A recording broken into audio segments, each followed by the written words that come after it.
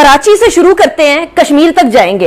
Monday को गवादर में एक बहुत बड़ा और बहुत सारे मंसूबों का मजमुआ जो है वो उसका इफ्तिताह वजीर आजम साहब ने किया। बलोचिस्तान की कनेक्टिविटी इस वक्त सबसे ज्यादा जरूरी है, लेकिन पाकिस्तान मुस्लिम लीग नून हमेशा कहती रही कि हम बलोचिस्तान की तकदीर बदल देंगे, हम कनेक्टिविटी, हम सीपेक लेकर आ रहे हैं, गवादर पोर्ट हम वहां लेकर आ रहे हैं, मामला ठीक कर देंगे। अब वो जो PMLN के वादे थे और दावे थे, उससे PTI के दावों और वादों में क्या चीज मुख्तलिफ है? कैसे और क्यों बलोचिस्तान की अवाम पाकिस्तान तहरीक इंसाफ के ऊपर अंधा एतमाद करें? देखिए, ये PMLN ने तो गवादर में एक बिल्कुल मजाक किया है और अनफॉर्चुनेटली उनके इस मजाक की भारी कीमत जो है वो पाकिस्तान को अदा करनी पड़ी है। जहां अभी तक हम जो गवादर है उसको सही तौर के ऊपर आबाद नहीं कर सके, तो उसकी बड़ी वजह जो PMLN की नॉन सीरियसनेस थी और जो उनके मंसूबों की एक समझिए कि उसके अंदर जो एक नहीं थी, एक कंप्लीशन टाइम्स नहीं थे, सीरियसनेस नहीं थी, उसकी वजह से पाकिस्तान को उसकी भारी कीमत अदा करनी पड़ी है। गवादर में उन्होंने इतने बड़े प्रोजेक्ट शुरू किए, लेकिन आप देखिए कि ना उन्होंने गैस दी वहां पे, ना बिजली दी और ना ही आपने वहां पे सड़क दी। तो अब अगर आपको गैस, बिजली, पानी और सड़क नहीं है तो आप मुझे बताएं आप क्या वहां पे एस्टेब्लिश करेंगे। लिहाजा हमें बिल्कुल शुरू से वहां पे अपने जो मंसूबे हैं उनको शुरू करना पड़ा और उसके नतीजे में एक बहुत बड़ा आप समझिए कि ये डिले हुआ, जो कि अगर PMLN अपनी मंसूबों में सीरियस होती तो शायद ये डिले ना होता और आज गवादर जो है वो अपनी भरपूर कैपेसिटी के ऊपर काम कर रहा होगा। राइट। अच्छा, शाहजैन बुगटी साहब को वफाकी काबीना का हिस्सा बनाकर प्राइम मिनिस्टर ने ये तो बता दिया कि Balochistan is very close to his heart, लेकिन बहुत सारे बलूचिस्तान के लोग नाराज हैं और कुछ बैरूने मुल्क भी हैं। क्या पाकिस्तान तहरीक इंसाफ, क्या पाकिस्तान की हुकूमत उनसे भी राबते करेगी, उनको भी on board and on table लेकर आने की कोशिश करेगी? लेकिन अभी इसका तफसीली एजेंडा तय होना बाकी है और उसमें जो तमाम इदारे हैं, सिक्योरिटी इदारे हैं और जो वहाँ की सियासी जमातें हैं, प्रोविंशियल गवर्नमेंट है, इन तमाम की मुशावरत से एजेंडा बनेगा और फिर उसमें देखेंगे कि किन किन लोगों से बातचीत होनी चाहिए, किन किन लोगों से बातचीत का फायदा नहीं है। तो इसकी जो तफसीली एजेंडा है वो भी आना बाकी है। राइट। अच्छा, आपने नेशनल सिक्योरिटी की बात की है, जो नेशनल सिक्योरिटी ब्रीफ हुई थी उसकी दूसरी सिटिंग भी होनी थी, क्या कुछ डिसाइड हुआ कब होनी है, क्या जो है वो कब आगे बढ़ेगी और क्या उसके अंदर वजीर आजम साहब होंगे? बिकॉज आपने ये फरमाया था कि शहबाज शरीफ साहब ने कहा है कि जी हमने वजीर आजम साहब को बोला है कि आप साइड पे हो जाएं, फिर वहां से तरदीद आती है और फिर स्पीकर ऑफिस से ये बताया जाता है कि नहीं वाकई में रिक्वेस्ट की गई थी। तो क्या अब जब पब्लिकली ऑपोजिशन ये बोल रही है कि हमें कोई मसला नहीं, हम तो चाहते हैं वजीर आजम साहब इस तरह की ब्रीफिंग्स में बैठे हैं, तो क्या अगली ब्रीफिंग या अगली सिटिंग के अंदर वजीर आजम साहब मौजूद होंगे? अभी तो कोई उसकी डेट नहीं आई है, जब डेट आएगी तो उसके मुताबिक फैसला करेंगे। देखिए, लेकिन इससे आपको अपोजिशन की एक नॉन सीरियसनेस का भी अंदाजा होता है। आप देख सकते हैं कि इसमें शहबाज शरीफ साहब को और उनकी जो बाकी लोग हैं उनको ये भी नहीं पता कि आखिर वो चाहते क्या है। अगर वो ये चाहते हैं कि इसको हम आगे बढ़ाएं और प्राइम मिनिस्टर साहब जो है वो आए या ना आए, और इसके ऊपर भी उनमें यकीनत नहीं है। तो शहबाज शरीफ साहब ने कह दिया वो ना आए, लेकिन अपोजिशन की जो अंदरूनी पार्टी है उसके अंदर ही लोगों ने कहा कि नहीं उनको आना चाहिए। तो इसका मतलब ये था कि शहबाज शरीफ साहब की गिरफ्त नहीं है PMLN के ऊपर, जो कि बाकी लीडरों की अपनी अपनी पार्टी के ऊपर है। तो ये नून लीग का जो अंदरूनी इस वक्त जो एक इंतशार है उसकी वजह से भी बहुत सारे फैसले जो है वो नहीं हो। अच्छा, इसकी वजह क्या हो सकती है? शहबाज शरीफ साहब या जनरल के वजीर आजम साहब ना आए, What could be the reason? जबकि हमेशा से ऑपोजिशन ये कहती रही कि वजीर आजम साहब का इस तरह की नेशनल सिक्योरिटी की मीटिंग के अंदर होना जरूरी है, तो why this shift in your view? क्योंकि सारे शायद चीफ ऑफ आर्मी स्टाफ को नौकरियों की दरखास्त देना चाहते थे, तो प्राइम मिनिस्टर साहब के सामने से शर्म आना आती है। ये कौन सी दरखास्तें थी फवाद, जरा क्लैरिफाई तो करिएगा। बस ये वही दरखास्तें हैं कि बाहर जो है वो गले पकड़ो और जब कमरे में जाओ तो जूतों में गिर जाओ। तो इसी किस्म की दरखास्तें हैं। इन अपोजिशन का यही हाल है, बाहर बड़ी बड़ी बातें करते हैं और जब वक्त आता है तो उस वक्त सारे जो है वो जो है वो सजदों में गिरे।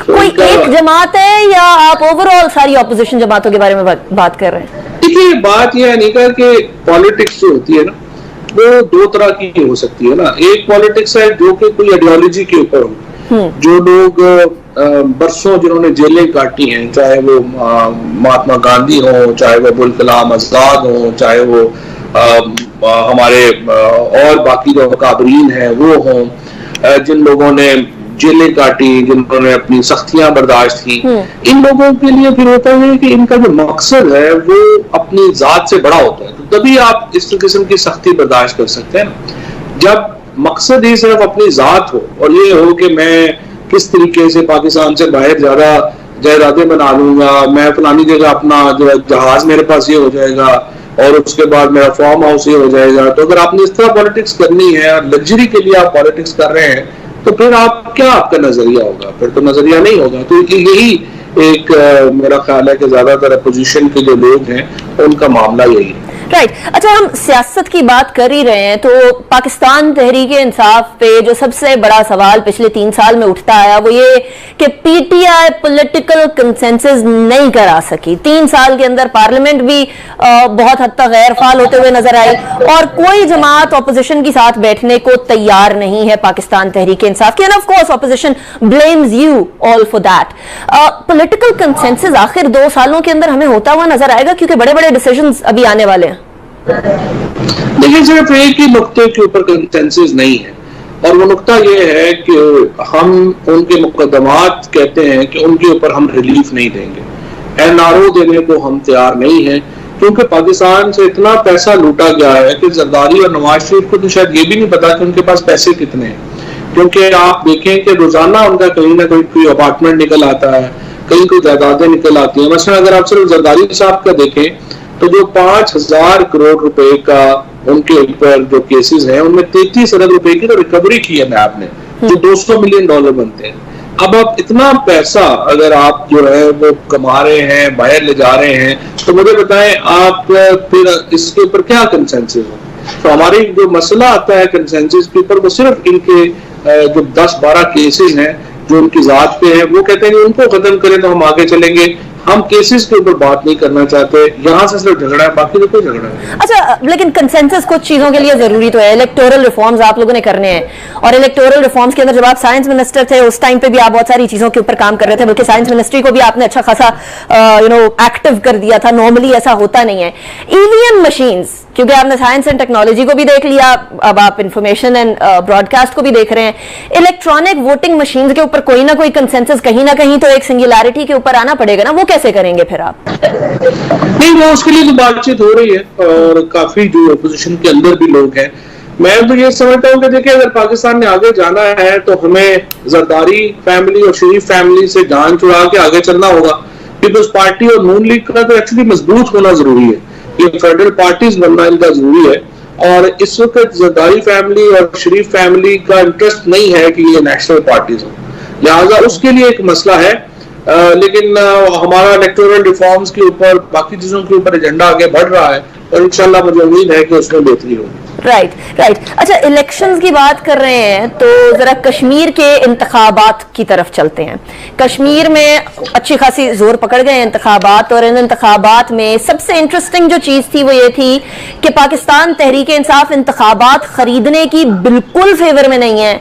हमेशा ये कहती रही कि इंतखाबात साफ शफाफ होने चाहिए। खान साहब से भी सुनते रहे, आपसे भी सुनते रहे ये बात, लेकिन अली अमीन गंडापुर जाकर कश्मीर के अंदर कहते हैं 1 वोट की लीड पे 1 करोड़ रुपए का फंड मिलेगा। ये वोट खरीदना है या नहीं?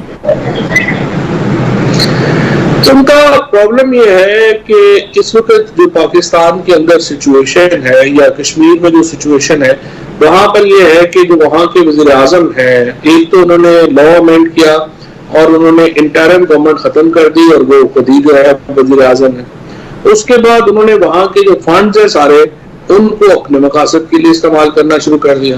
तो उसके बाद उन्होंने ब्यूरोक्रेसी में अपनी पसंद से जो है वो तबादलियां और तकर्रियां करनी शुरू कर दी। तो अगर आप तवक्को करेंगी कि दोनों पार्टियों में से एक तो सारे अनफेयर मीन्स इस्तेमाल करेगा और दूसरा बिल्कुल जो है वो कोई बात भी नहीं करेगा, तो ये तो नहीं होगा। लिहाजा मैं तो समझता हूँ कि दोनों ही तरफ हमें एक कंसेंसस के साथ एक फ्री एंड फेयर इलेक्शन का मामले को लेकर आगे बढ़ना चाहिए और वहां के इलेक्शन कमीशन को चाहिए कि अपना भरपूर किरदार इस ज़माने में अदा करें। यानी आप ये कह रहे हैं कि ताली दो हाथों से बज रही है, गलती उधर हो रही है PMLN की साइड पे, लेकिन गलती पाकिस्तान तहरीक इंसाफ की साइड पर भी हो रही है। Is that what you are saying? दोनों तरफ ही जो है एक ही तरह का माहौल जो है वो रहेगा, और जब तक हम इस कंसेंसस पे नहीं पहुंचेंगे कि इलेक्टोरल जो हमारा मामलात हैं उनको कैसे आगे बनाना है, क्या करना है, उस वक्त तक ये तवक्को करना कि एक जमात कर लेगी और बाकी नहीं करेंगे, ये बहुत मुश्किल हो जाए। राइट। अच्छा, बिलावल भुट्टो जरदारी के वार तो आपने सुने होंगे, वो उस दिन पार्लियामेंट के अंदर भी शामी कुरैशी साहब वर्सेस बिलावल भुट्टो जरदारी नजर आ रहा था, लेकिन अभी उन्होंने आप पे इल्जाम ये लगाया है कि मोदी की जीतने की दुआएं करने वाले किस तरीके से पाकिस्तान से सिंसियर हो सकते हैं। Bilawal Bhutto Zardari has said it time and again, Kashmir के अंदर जहां ये बड़ा सेंसिटिव मामला है। इस स्टेटमेंट को आप कैसे देखते हैं? देखिए क्या इसकी अहमियत है, बिलावल साहब के तो कैंडिडेट ही 8 है पूरे कश्मीर में जो किसी मुकाबले में भी हैं, और वो तो ऐसी पॉलिटिकल रेटरिक है। वो सिंध की हुकूमत जो है उन्होंने मीडिया के ऊपर चूंकि बड़ा पैसा खर्चा है, सो मीडिया जो है वो बिलावल साहब के जलसे जो है वो उनको लाइव दिखाता है।